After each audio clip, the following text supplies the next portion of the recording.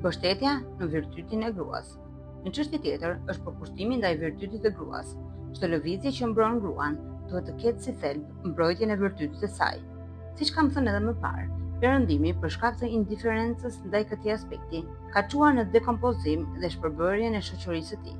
Virtyti i gruas është themeli më i rëndësishëm në karakterin e saj. Nuk duhet të neglizhohet.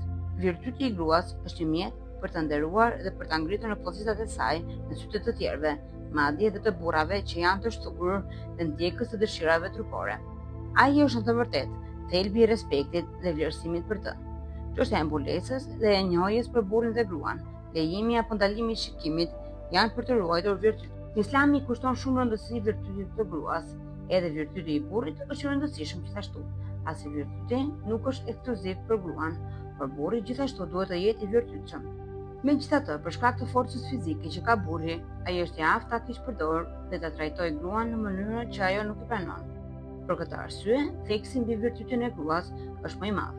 Nëse shikoni sot botën, do të fereni se një nga problemet që has gruaja në perëndim është përdorimi i forcës nga burri për të shkelur virtytin e saj. Për çdo 6 sekonda në Amerikë ndodh një akt dhune seksuale. Shikoni rëndësinë e virtytit dhe ku mund të çojë moskujdesin ndaj tij. Një ngjarje e dhunshme në 6 sekonda, pavarësisht vullnetit të gruas, nga një burr tiran dhe i shfrenuar që sulmon virtytin e gruas. Islami merr parasysh të gjitha këto aspekte.